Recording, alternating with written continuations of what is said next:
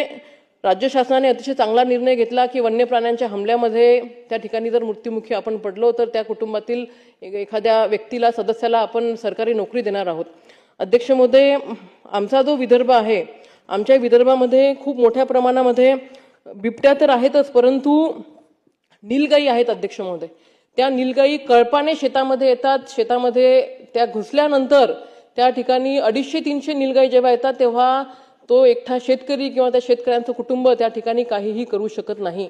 सन्माननीय सुधीरभाऊ मुनगंटीवार वनमंत्री असताना अध्यक्ष महोदय हा मी प्रश्न घेतला होता, तेव्हा त्यांनी सांगितलं होतं की नीलगाय मारायला त्या ठिकाणी परमिशन आहे, म्हणजे नीलगाय सपोज आपण मारली तर कुठलीही कारवाई त्या ठिकाणी शासन करत नाही, परंतु प्रॅक्टिकली अध्यक्ष महोदय ते शक्य नाही आहे। एक नीलगाय ही 200-300 किलोची त्या ठिकाणी राहते, अतिशय अव्वाढव्य तो प्राणी आहे आणि तो प्राणी एकटा राहत नाही अध्यक्ष महोदय, तो कळपाने येतो। 250-300 नीलगाई जेव्हा एखाद्याच्या शेतकऱ्यांच्या शेतामध्ये येतात त्याची शेती होतीच्या नव्हती त्या ठिकाणी अध्यक्षमय होऊन जाते आणि अशा याच्यामध्ये काहीही अनुदान त्या ठिकाणी मिळत नाही।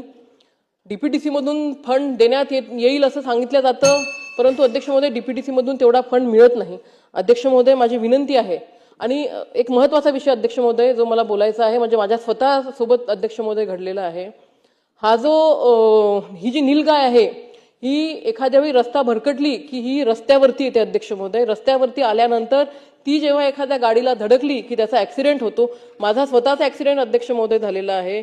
मी चिखली म्हणजे मुंबईवरूनच संभाजीनगरवरून जेव्हा चिखलीला जात होते, चिखली जवळ आलेलं होतं, मला एक कार्यक्रम होता रात्री 10:30 वाजता, मी सांगितलं की मी पोहोचते आणि बरोबर 10 मिनिटांमध्ये त्या ठिकाणी एक भली मोठी नीलगाय आली आणि तिने माझ्या गाडीवरतीच जंप घेतली अध्यक्ष महोदय।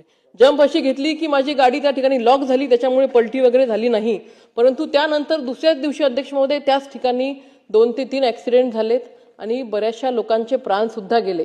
म्हणजे माझ्याच चिखली तालुक्यामध्ये चिखली ते दोळगाव राजा या भागामध्ये या सीझनमध्ये जवळपास किमान म्हणजे 10 ते 15 लोकांचा मृत्यू त्या ठिकाणी झाला। परंतु अध्यक्ष महोदय, वन विभागाकडून असं सांगण्यात येतं की जेव्हा अपघात होतो, म्हणजे जेव्हा एखादा वनप्राणी येतो गाडीच्या समोर आणि त्याचा अपघात होतो, त्याचं काहीही अनुदान आपल्याला मिळत नाही।